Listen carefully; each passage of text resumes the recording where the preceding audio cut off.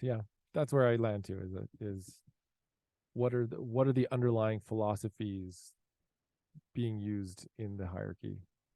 Okay, yeah, I think that would be a good place to start. So, like, if I'm looking today at is educational hierarchical, I think everyone would say yes.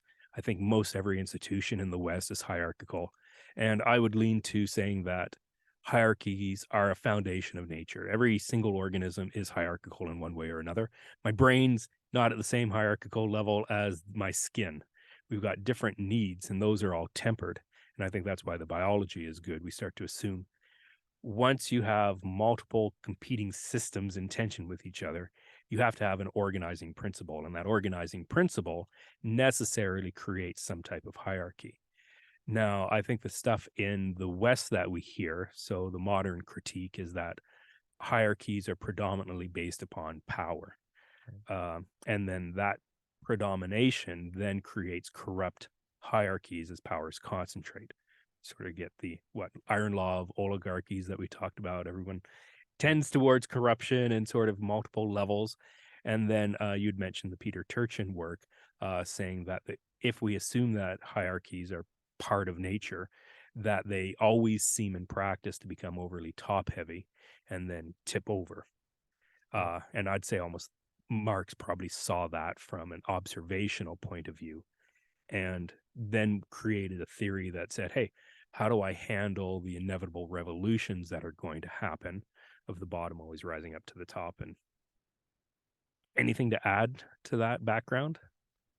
Um, I think we will instantly see pushback because we're sort of looking at and look at hierarchies as neutral.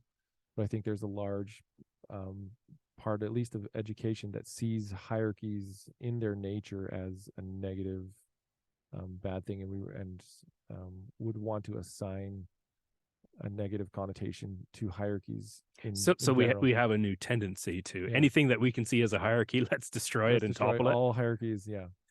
Whereas I think we would say there's some hierarchies that are based on competence or other things that aren't necessarily based on power that might be valuable. And we would take a more neutral position to hierarchies. I So think. your position is pretty much that, hey, they're inevitable. Let's make the best of them that we can, use it to our advantage. Yeah, I don't mind an organizing principle.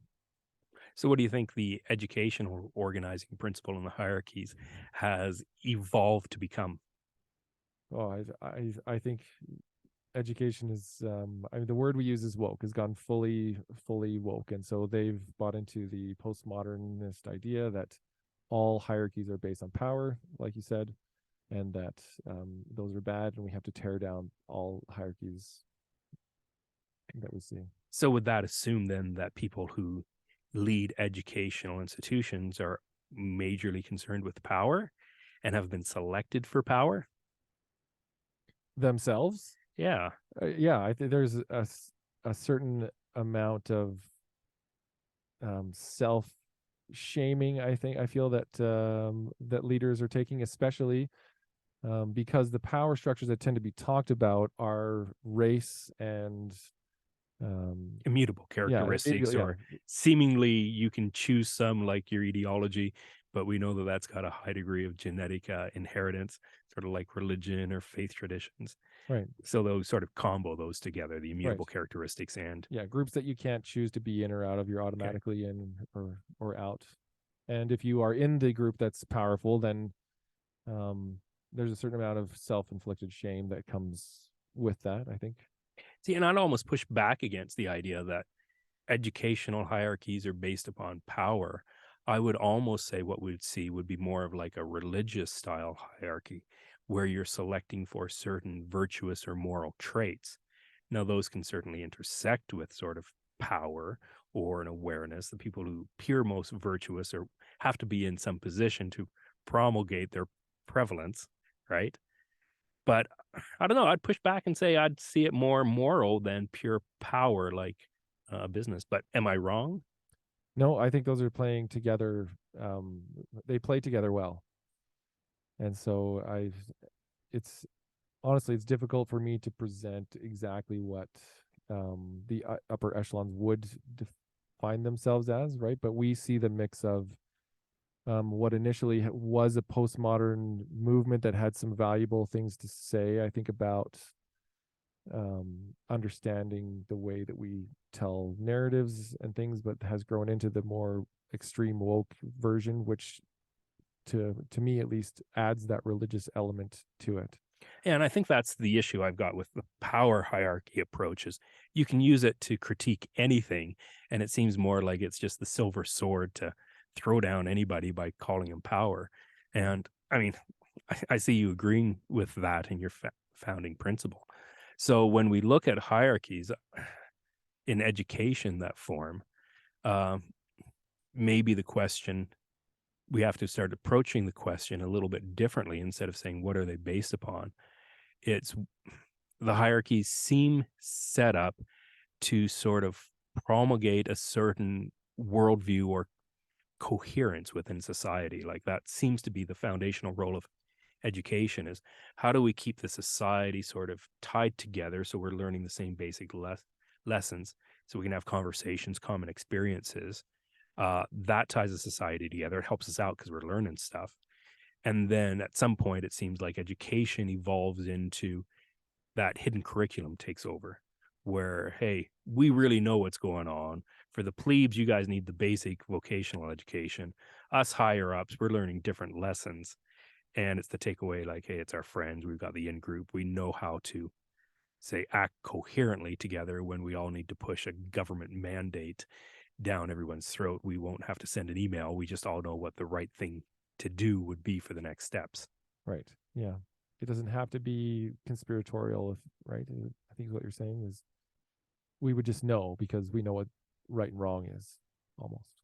Yeah, and we know the signals to look for. We've created groupings. We have a confidence in the clues people would pick up and an ability to predict how they would likely act. And that's that moral group agent that we see developing in societies, which is coincidentally enough how religions really Right. cohere around a moral group agent. Right. Yeah. So you were saying, and maybe you could speak more to this, is that once you get a society that has a really large upper class, that upper class is then going to have to come up with a new hierarchy to sort of make an upper class of the upper class, so that people figure out where they're at, where they fit in. Yeah, well, I think And it's the those Peter Turchin idea is what right, happens is when he looked at the historical data is you sort of have the two classes, the producing class and then the coordinating class, and both are necessary in society. You can't just have all one. But what happens is the coordinating class can start to coordinate much, skim a little bit more off the top, and because they have the ability to sort of power law distribution, access a lot of stuff, have multiple levels of sort of trade, that the filtering can get more and more. And so then those riches can grow as a power law. And then what happens is now you start to get more and more people with lots of accumulated wealth. And what starts to happen is you get too much in that upper group. And so that becomes unstable because you start to drain too many resources from the lower groups. You're in right, control of the governing system, the power, the education. Hey, you guys all need to learn how to work 40-hour weeks or right. 50-hour weeks or The gap 60. between rich and poor becomes too large.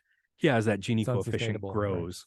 And then what happens is now there's going to be competition for getting into that upper class. And so Turchin's theory is as that competition accelerates, then what happens is there becomes a big dividing line. And if you're just a little bit below, you have exponential decay into poverty. If you're just a little bit above, you have exponential increase into the richer classes. And so what happens then is you try to set up higher cost barriers for entering in that then will filter people out.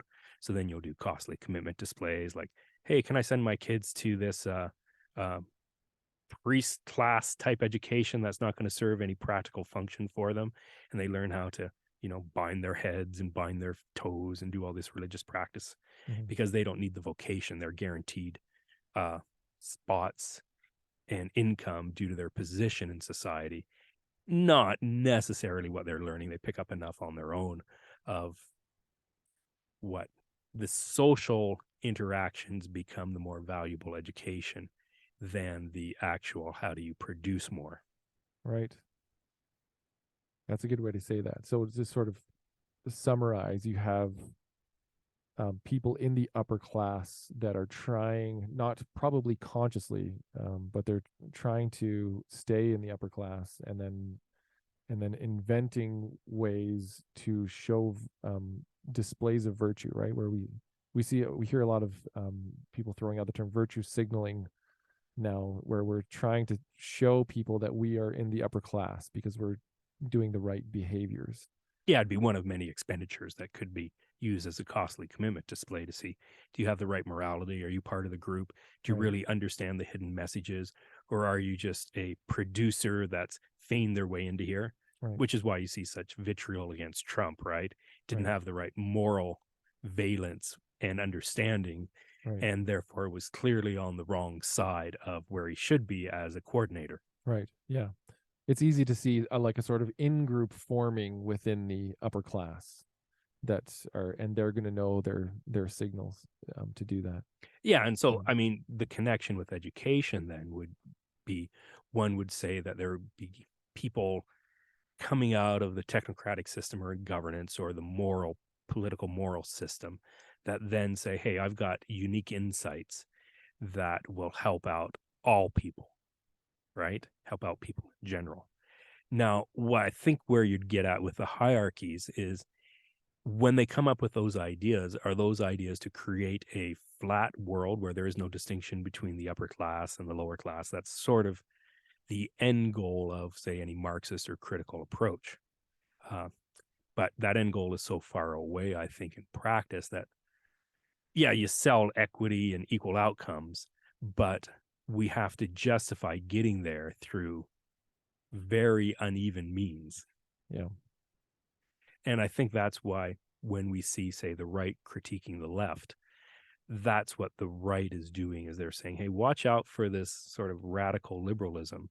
They're promoting equity, equal outcomes, but they're having to sell it through hypocritical means, which say, oh, let's give $350,000 to a purple person because whether they had passing justice or not, we'll just base it upon some arbitrary, that may be fairly accurate, but still arbitrary and is going to have inefficiencies rule.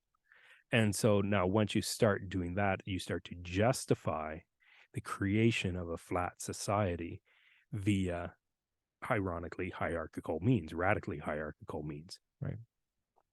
So and that's the phrase that keeps coming up for me too, is that the ends justify the means.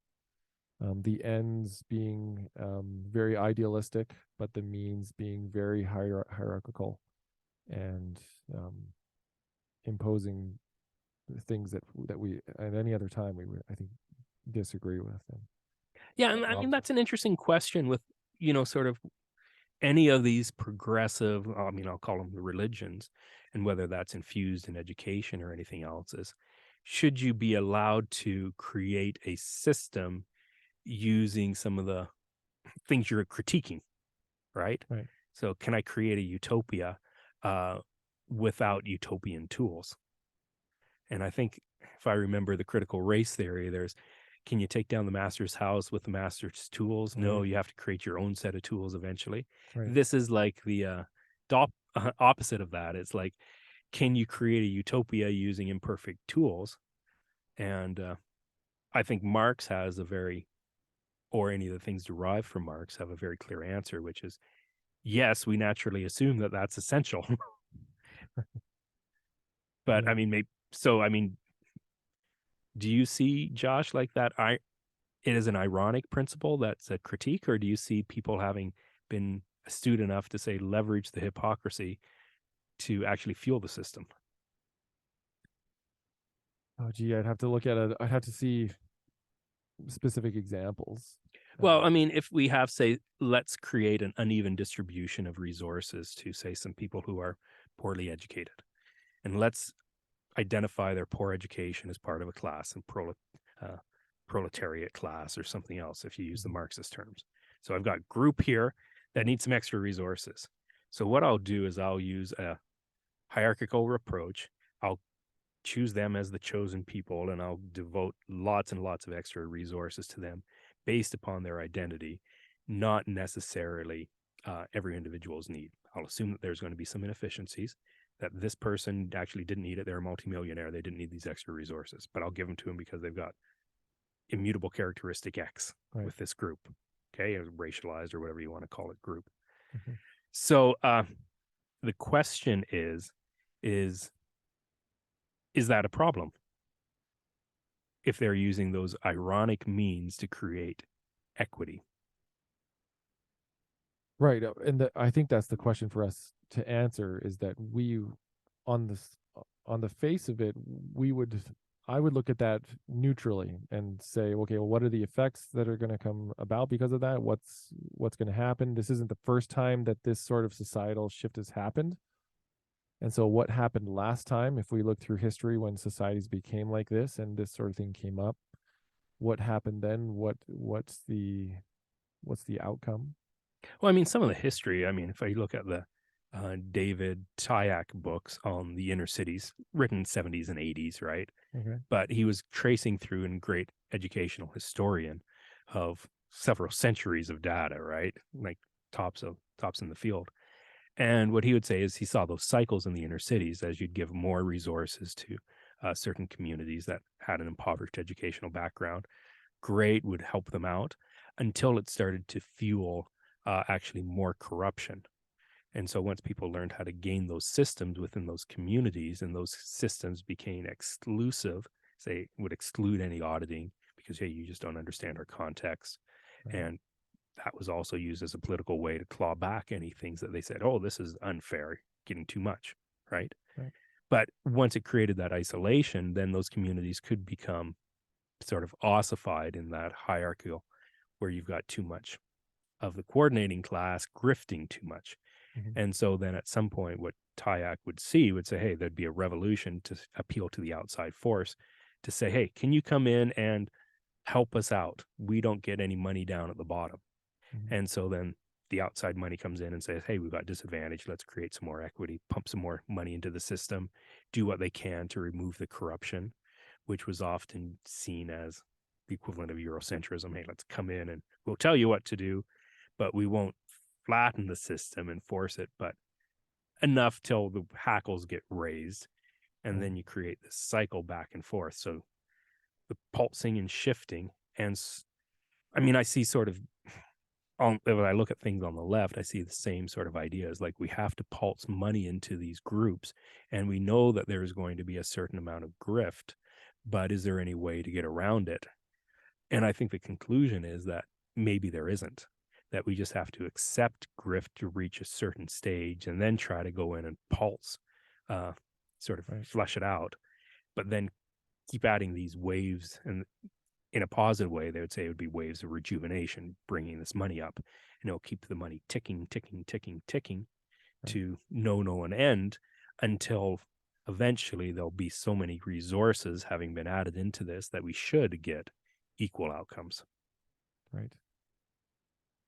There's also the other side of taking away, yeah, taking from the haves to give to the have-nots, that should, in theory, in their theory, um, to help that along. Um, what was I going to say? I think if we look through history, though, we have pretty good evidence that that's not going to end well. It's going to end in a revolution, right? Eventually, it's not going to be utopia, and the bottom class will rise up, right? And so one of the reasons we're doing this is because we don't want to see the bloody revolution again that we see is coming. At least that's why I'm here, and because of that sort of ossification, and in our case, I think it's a religious ossification. There's now a morality attached to the governing structures, that they can't escape, because it's no longer the question is no longer is the data good if we help the poor, is no longer the question. It's a moral question. It's like trying to convince someone that stealing is good based on the data. Well, they just don't care. It's a moral question, and so the data is not being looked at anymore. And then eventually we'll see a revolution, if this keeps happening. Yeah, to use your logic there, that example is, I think in order to transform the systems, you almost have to stop worrying about the data, because the data can get manipulated. Once you lose trust in that the system will be able to produce good data or could show you good data, or that you've got the right time frame or units of analysis, once you lose that sort of trust or faith, or the systems become so corrupt, then I think you're right in that transformational approaches need to get used. Right. And you'd say, oh, don't worry about the grift, just keep adding some money.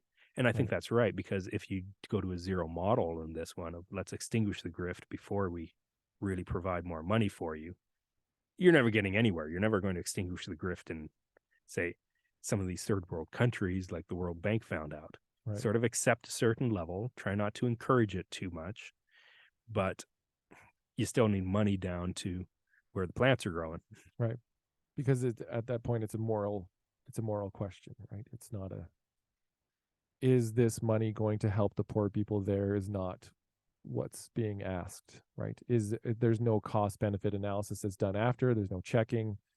Yeah, I It's think you're right in that point is like you can always say, hey, any money going into an educational system is going to help out a student. How could it not? right. Now, if you spend $1 and 1 cent gets in, that's still a cent. Right. So you've created a question that is on its face impossible to contradict, Right. which is why it's rhetorically successful.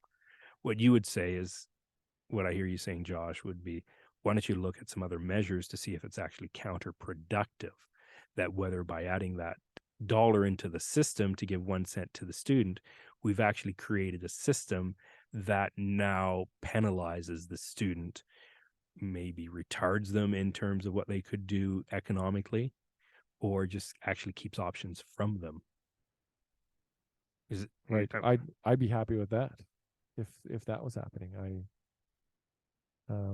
What I see instead is, because the questions aren't data driven, they're now morals driven, right? Mhm. Religious, doctrinally driven. Because I think that the people in the system or external to the system see the system is so corrupt that a moral approach is the only way to restore them, rejuvenate them. And so we're seeing a switch, I think, in the hierarchy, if you use that moral lens of saying, hey, what can we get out of our system if we use a moral lens as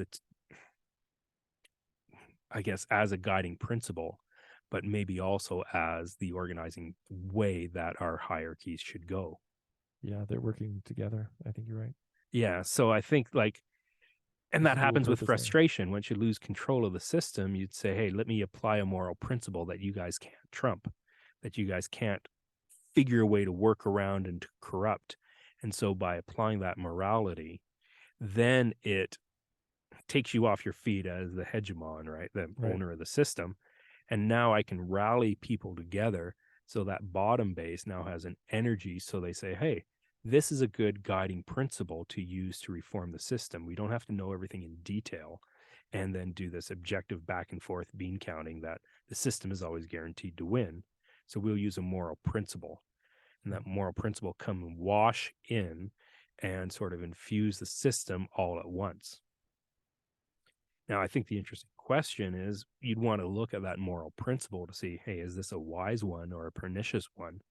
Uh, and that's why I don't know if I can critique wokeism as coming in and doing that to the educational systems. I would say, yeah, you're right. We've got some corruption in these systems. They're too top heavy. We're having problems. So wash it away with a moral system. The issue, I think, is, well, who says whose morality is right? Do we have a moral system that has experience with pluralism and how to accept minorities? Yeah, on the face we do. But then I think you can also critique wokeism by saying all they've done is picked one chosen people and then picked another devil. We haven't gotten rid of the devilry and the bigotry in that solution. We've probably, if anything, exemplified it, just changed who the targets are. Right. It's, in terms of the discourse, you're still talking within the discourse. You've switched the teams. Yeah, and I think Marxism is interesting there. So when you do critique these dialectical faiths, sort of things based upon Hegel and down, this idea of critiquing and finding a way of what's wrong with it. And once you find enough wrong in it, then hey, you'll build up energy and people will get mad and overthrow it. So once you get that in that governing idea of Marxism, of let's overthrow the system, there's nothing wrong with another moral system coming in to overthrow things because it shifts the balance. Now, I think the theory that, I mean, you got to give credit to Marx, he's still around and, relevant today, was that anytime you overthrow these systems and flip these triangular hierarchies on their head, then the poor people were in charge. They'll bring some of their legacies and insights, right? And you still keep some connection to the past. And then all that happens is that the top's going to ossify, right? Right. The new revolutionaries are going to become tomorrow's oppressors. Right. And Marx fully accepted that. And that's why he said the dialectical process is so essential, is we'll always have revolutions.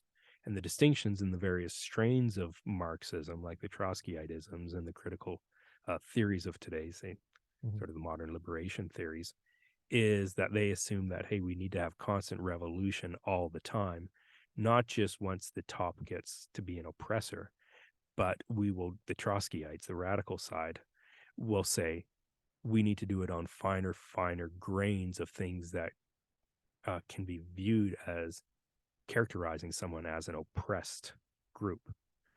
And that's what I think becomes pernicious, is both the continual revolution idea, just not good for society, Right. At least depending upon its frequency, and then the finer and finer grains of oppression Olympics. Everyone's going to want to be oppressed, and then what metric It's do a you race to the use? bottom.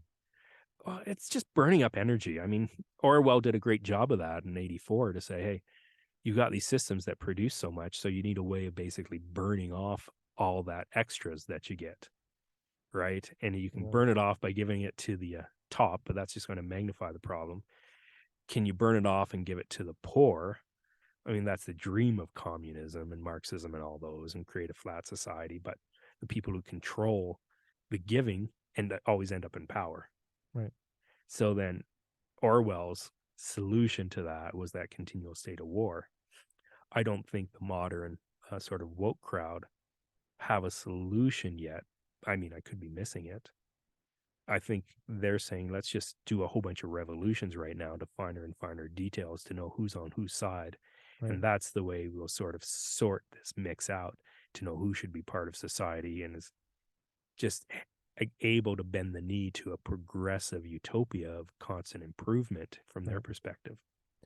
Yeah, it seems to me there's a disconnect because we can understand Hegel's philosophy of synthesis, antithesis, or thesis, antithesis, synthesis, and the synthesis is better than the antithesis, right? I mean, there's a continual move upward, which makes sense on sort of a self improvement, maybe a micro improvement Evolutionarily, at a large enough evolutionary scale, it makes development. sense because that process will lead to some successful product. It's just you're Right. going to crunch 99 eggs in the process for that one success. Right. So iterations is a problem, right? So how many revolutions do you need to get to utopia where people die?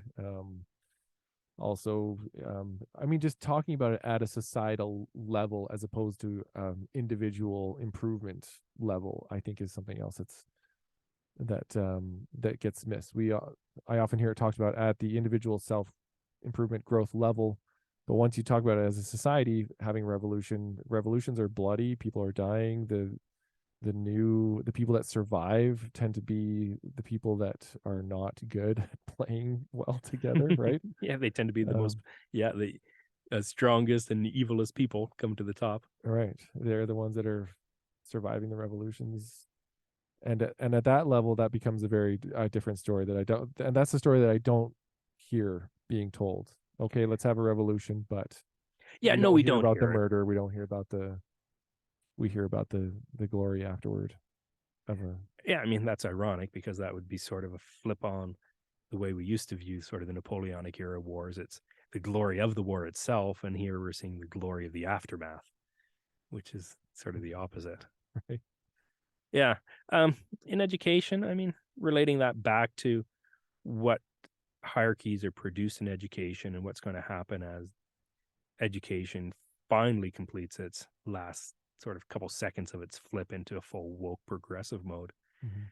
Um, I think you want to look at what was the organizing ethos of the people who are now sort of in control of the system, because they're going to, with that organizing ethos, a hierarchy will a hierarchical organizing principle will come out of that.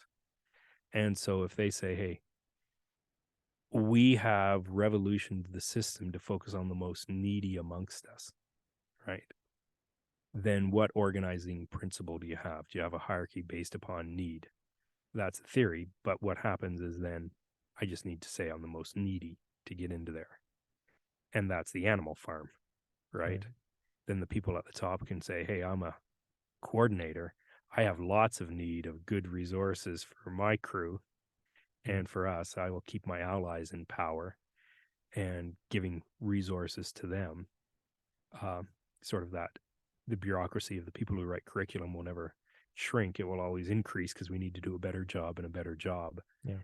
And soon we all have to go through uh, bending the knee for the curriculum studies in the education departments at the universities. And Mm. we lose contact with what the population, the producers as a whole want. Give us some basics. We don't want your fluff. We don't want things that actually destroy the values that we're trying to keep in these communities. But it works well for the other half who want to jump into the rat race of getting those government positions. Right. I got nothing to add there. That seems like a pretty good description of what I see. Yeah, so I mean, so if we see that in education, then that what's really happening is a selection for those that should come into the system as a coordinator, and those that should be excluded from the system or be on the receiving end of the system's benefits. Then you've really recreated those two tiers of society that I talked about right from the get-go with Peter Turchin. Is you have people who say, this is my job to help out the poor. It is your job to be a poor. And Right. then the filtering principle becomes the extent to which you agree with the need to help people out using the specific religious theocracy and theology that has developed. And I think that's purely random that sort of comes out. But the idea is you're one of us helping out these people, and that's how you move up the system and jump from poor to rich, is by allying yourself with us. Right. Yeah. And that has to be mentioned too, that in the educational hierarchy, there is that religious element that we've seen come out that's helping to build that hierarchy. That you cannot get into upper echelon education right now without belonging to the religion of wokeism. Yeah, and you can't survive as a worker in there Right. because you can get outed for any of these blasphemies. So then Right. all that someone has to do is, oh, you had a poster of whatever it happened to be in your room that someone deemed offensive and you didn't bend the knee for its removal. And we will keep finding things that are offensive about you until you accept that you are not the person for this job. Right. And I see some teachers really worried about that because what happens is then anything can get used as the excuse that you're the witch. Oh, look, you got a pointy Mm. nose. You're the witch. Oh, you don't have a pointy nose. You must be a witch. Right. Right. And it's the Kafka trap. And that's what happens with religious systems is they can create a Kafka trap because is it power dynamics or just acquiescence to who is the organizing principle of the society? Right. And so in education, yeah, we're seeing that flip of who is an ally of a correct caring attitude without an awareness that caring can be manifested in different ways at different time frames. Right. And so once we lose that pluralistic idea that we need to have multiple ways of caring in an educational system, then you're going to allow a lot of those problems that we mentioned, like I mentioned with the TIAX research in those inner cities, of, yeah, you're going to have this sort of wave motion of reform and revolution and reform and revolution. And every time you're hoping it's getting better as opposed to using up capital. Right. And I don't know if that's guaranteed. What I see in that is that that guiding principle of, oh, who's the most caring? And let's use that as a judge to see who gets in the educational system is a very religious one. And what it does is it selects for some morality. And that's, I think, ultimately what religion systems rely upon is that a group can determine some moral clue that they then use to see who can get elevated to positions in the hierarchy, positions of power, or positions of moral authority, because they need to have a demonstration or a history of using their righteousness on this element and their sacrifice for the righteousness of that element, the costly commitment displays, Right. to say, hey, it's going to be, we don't have the perfect organizing principle for elevating people and filtering them out, but this one's pretty good. Right. And I think as long as you have some principle that the group accedes to, then I trust the group dynamics enough that over a fairly short period of time, that filter is going to be good enough to filter people of good character. Right. And that's why we are using religious language to describe it, right? Because these displays of righteousness are generally uh, leaps of faith, not leaps of data. They are assertions that are made with no data that we are told are good, just because of the nature of the assertion, right? Some examples might be the admissions that we are on people's land. Um, what are they called? The Land land acknowledgement acknowledgements. prayers. Yeah. Yeah. Yeah. The or the orange shirts, or things like that, where that those aren't we don't have any studies or data that tell us that acknowledging that we live on land and makes people's lives better. We're just told the moral statement that this is a good thing to do, right? That's a moral belief, religious statement that we're asked to accept on faith, and so that's why we're using this religious language, because it feels like a Well, the religion. hard thing with those with the critique you're making is if you believe that it makes a difference and right and you aren't offended by it, then it does. It only separates society when you have a group that doesn't like it. Right. And so then what happens is the left would critique those people as being Neanderthals that are causing the separation and segregation of society when it need not be. All you have to do is just ignore it or just accept it or embrace it, and then it will make a difference. Right. And that's an accurate argument. And we hear religious sayings like that all the time, right? That in Christianity, right, you have to show the faith first and then you see the miracle, right? And then any atheist is going to come along and say, well, that's very convenient for you that you have to believe first and then you see a miracle. And some of us are pointing that out too. Okay, if I wear the orange shirt, then I will see a miracle, and if I just believe enough, right? But as a professional educator, I would like to be more data driven, just on those particular points. Yeah, no, I think the But data's there that as long as you have a convincing moral argument that you're making, that you'll flip society enough that you have good enough coherence within it. So then what happens is this moral thing you're using, this new moral narrative to flip the society, right, robust enough and wise enough? And I think, Brett Weinstein, I think it was he was saying what happens is these religions are tied to thousands of years of evolution. And so the idea that a major religious system that's around today hasn't gone through a lot of rough edges erosion to make sure that it's, you know, functions reasonably well enough to keep a society together is just right, beyond belief. right, They do. Doesn't mean they always will, right? There can be sudden phase changes where this just gets lost because people lose faith in the myth. right, And so then when you say, hey, is this morality of caring in education, or some of the examples you were describing of those things, does it have a sufficient enough buy-in? I don't think that can be measured objectively until you see how many people buy in. right, You can get some predictive elements using sort of the new religious movement literature and the adaptive group. What are the conditions necessary? Do we have all these? But these new religious movements stumble into solutions, and every every time it gets refined a little bit more. So I think you have to frame the question differently than would these work, or I just don't believe they work, therefore they won't. I think that's being too naive. Right.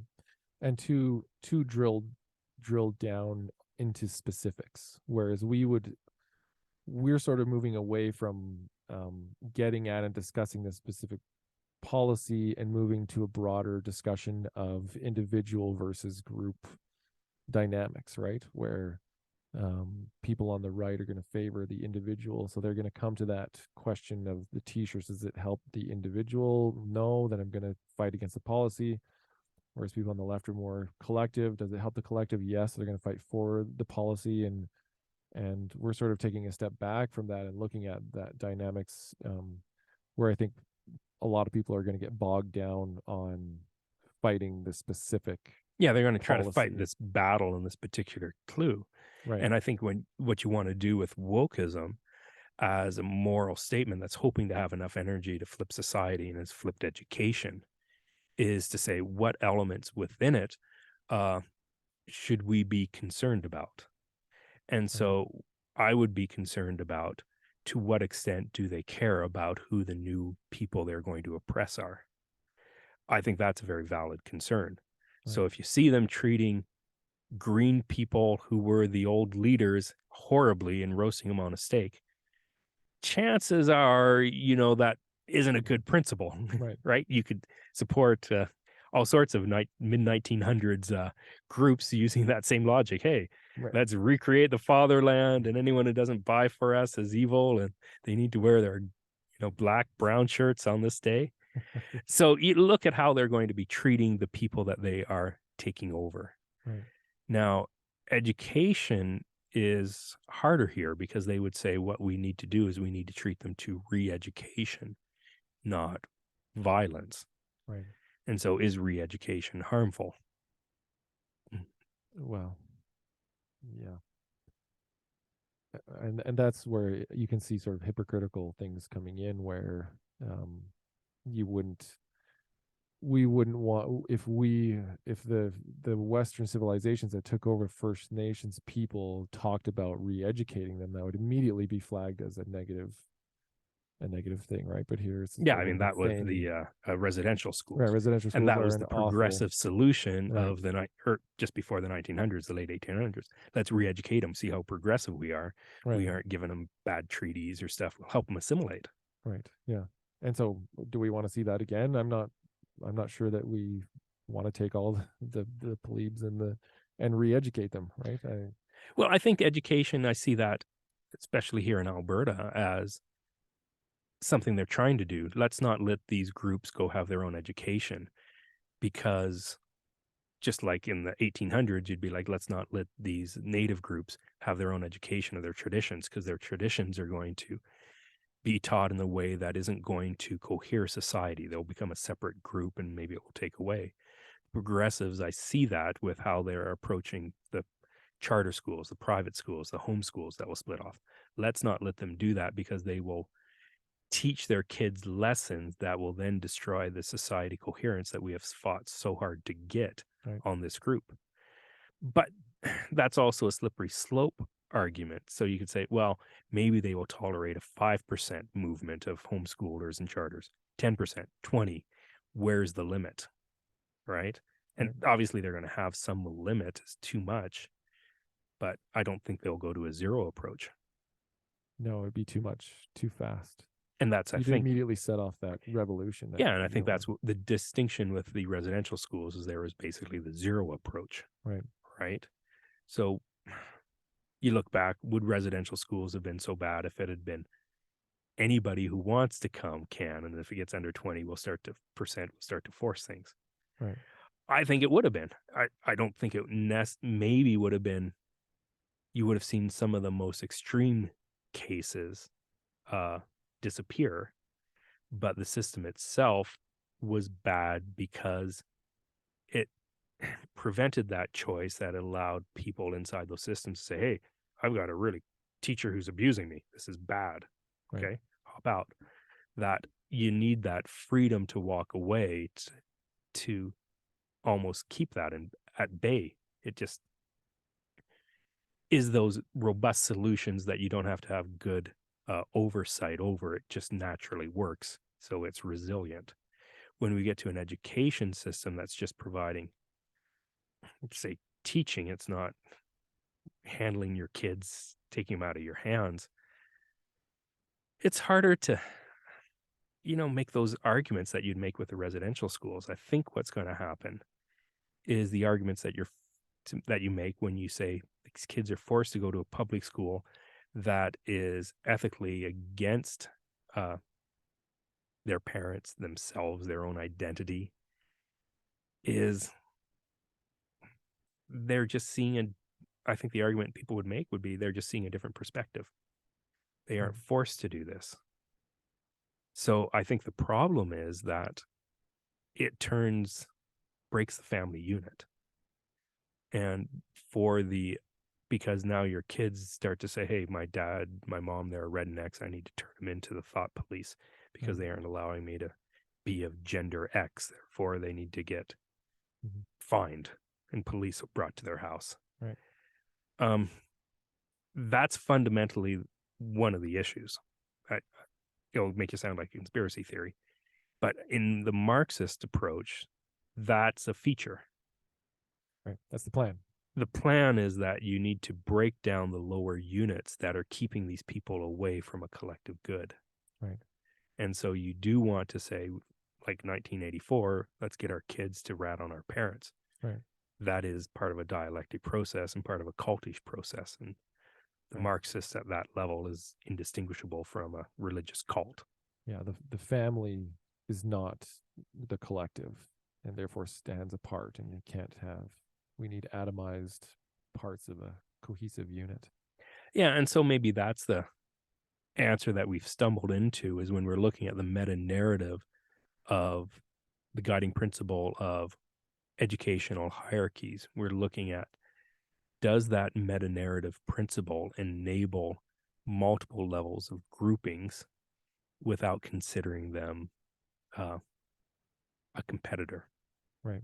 What we'll do in education is we'll add one possible grouping of showing how you can be together as part of a bigger country, a bigger ethical group, but we will not do that by taking away all these other nested bits. And isn't that the multicultural thing that Canada sells all the time?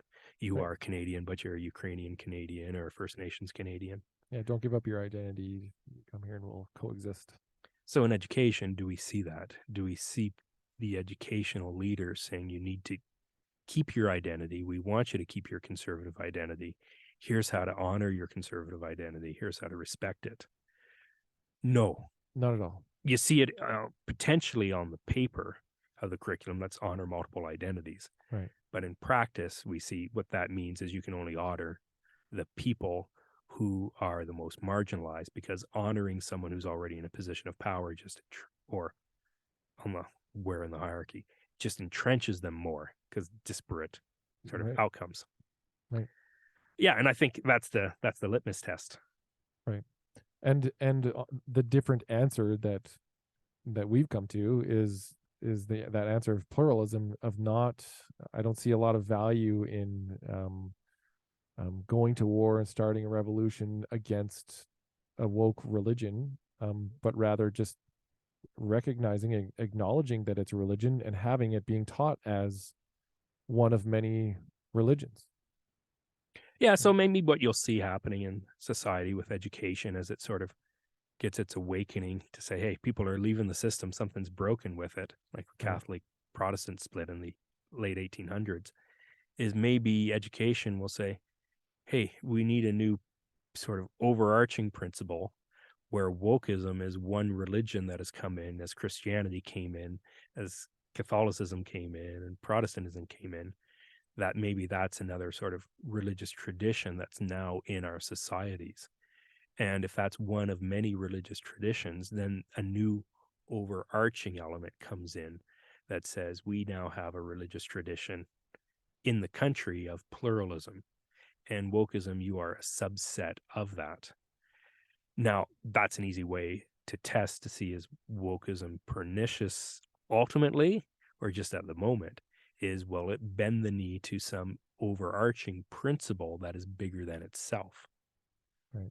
And I think as these religions come into, as they are still a new religious movement, or even on the cultish side, like wokeism is they still have that utopian vision that they just can't get up. There is no way but us. There is no way but this aspect of caring, toxic caring, to help out people. Right.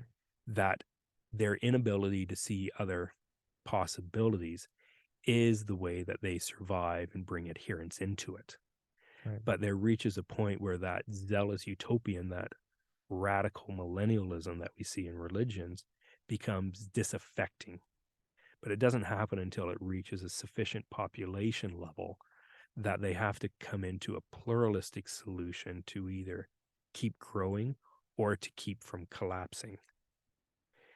We shouldn't expect wokeism to be at that evolutionary stage yet of where it has to figure out pluralism, right? It's new, it's a Mhm. couple decades old, depending upon Right. what size you're looking at it at.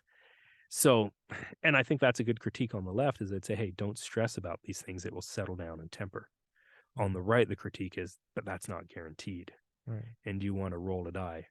And so then your objective thing would be what's the probability that it, the wokeist approach, such as the one in religion, settles down to a pluralistic solution? And what's the probability that it stays rabid enough to go through a Russian revolution?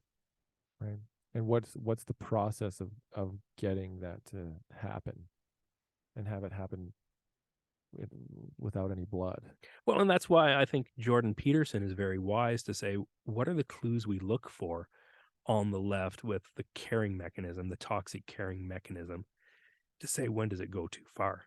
If we don't have any clues that we can be aware of in this process to distinguish what's something tending towards pluralism and something tending towards Russian revolution, you're We just don't know. rolling the dice blind, Right. right? And then it depends upon the external factors and energizers that feed into it as to which way is it really going to go. Right. We have pretty clear markers on the right, for when we know we're going too far Yeah. to the right. Yeah. Once you start Right. basically purging and killing people and Too far. censorship, Right. yeah, you're gone too far. On the left, when does toxic caring go too far? Well, censorship is a big clue, Yeah. right? Should be. Should be. And there should be some others, but the right hasn't figured those out. And so when you look at how does the right critique the left, they're critiquing it probably to try to see if some of those markers can get revealed Right. or we can come up and figure them out. And those markers would be to what extent is, say, bigotry viable, right? Right. Does it depend upon your motives, or is it like bigotry no matter what is bad? Right. How much oppression on individuals does it take to make it that it's a problem on the left? Yeah, and it'd almost be the clues you'd be looking for would be what percentage of homeschoolers would you allow to leave the system before you really worried about what they're teaching, Right. right? The toxic caring would say, hey, let's let zero go because they're teaching bad things. Right. That's taken away from their parents because their parents are problems. Yeah, and so I'd say that's the clue. So when I look at, say, a new curriculum that would come down in education, I would say, did that curriculum make much allowance for alternative perspectives amongst the people that they are overthrowing? Right. So if the new curriculum that an NDP government in Alberta could come out with, if it gets elected in the spring of 2023, if it doesn't have a section on, let's help us understand and respect rural conservative, rural religious person in your community. Uh, yeah, then you've got a sign. It's not a good sign, Right. right? Just as if the conservatives reject the in a curriculum, here's how we understand people with varied sexualities, varied family relationships. If you don't allow that, then there's a sign. Now, the harder thing gets, well, shouldn't there be some things that are just off limits in education because we aren't going to do a good job discussing that and we leave to a family unit? And so that's how the right is typically approached the, say, sexuality issues. Let's just leave these off the table because nobody's going to agree. Right. And that way we will remain pluralistic. Right. But since education now is viewed as a wraparound service where we have to do everything, and that's not possible. Neither is it possible once you start to accept the sort of religious traditions, wokeism, First Nationism, Christianity of various types, Islam, all these atheism, all the different sort of faith traditions. Mhm. Uh, Once you start accepting that, you have to have a way of saying, how do we teach pluralism in education? And so you can say we teach it by not mentioning anybody, Right. or we teach it by mentioning X and Y, and then we're always going to leave out Z. Right. And so there's no perfect solution. Right. Unless you're having a representative from all faith traditions come in and present their own view on every topic. Yeah, and that's what the Trotskyites would say, right? Right. Is we need to have these revolutions constantly to bring in another voice and another voice and another voice. Right. We'll just cycle it fast enough that you hear a bit of everything. Right. That's an option. Right. Yeah. What's viable though is different. Yeah. Yeah, so I don't know in education if you do the leave it off approach, which is what I favored like recently. That's where my mind's been. Mhm. Uh, but I think what I would see in education, I think where it needs to go is you need to learn how to accommodate religious type thinking in education. Right. But that's going to require a teacher and people in the educational system who are very nuanced, Right. much smarter than the average teacher is now. Right. And I don't think the expenditures on the government side will go to that. And I don't, right? No. I think on the conservative side, they'd say, hey, yeah, we can find some money for that, right? We'll find some Mhm. good pluralists and keep some balance. I think on the progressive side, they would say, no, that money should go towards the most needy people. And the most needy people just need more resources. Right. They don't need these highfalutin thoughts for the top performers amongst us. And ironically enough, it would be the top performers in the educational institutions who would be most in need of the pluralistic lessons and the pluralistic teachers. Right. Yeah. They're the future of the next generation, right? Of being pluralistic human beings. Yeah, Right. but then see, haven't we come full circle around to that approach at the beginning where I said education creates these hierarchies, and at the top, eventually you'll have this is the education the top needs. They need something distinct than the Mhm. bottom. And I've come around full circle to that in this conversation to say, well, the top sort of performers need the pluralistic education. These guys need the basics. Right. So are those things inevitable in education? And if so, then aren't we automatically guaranteed to be supporting some version of Marxism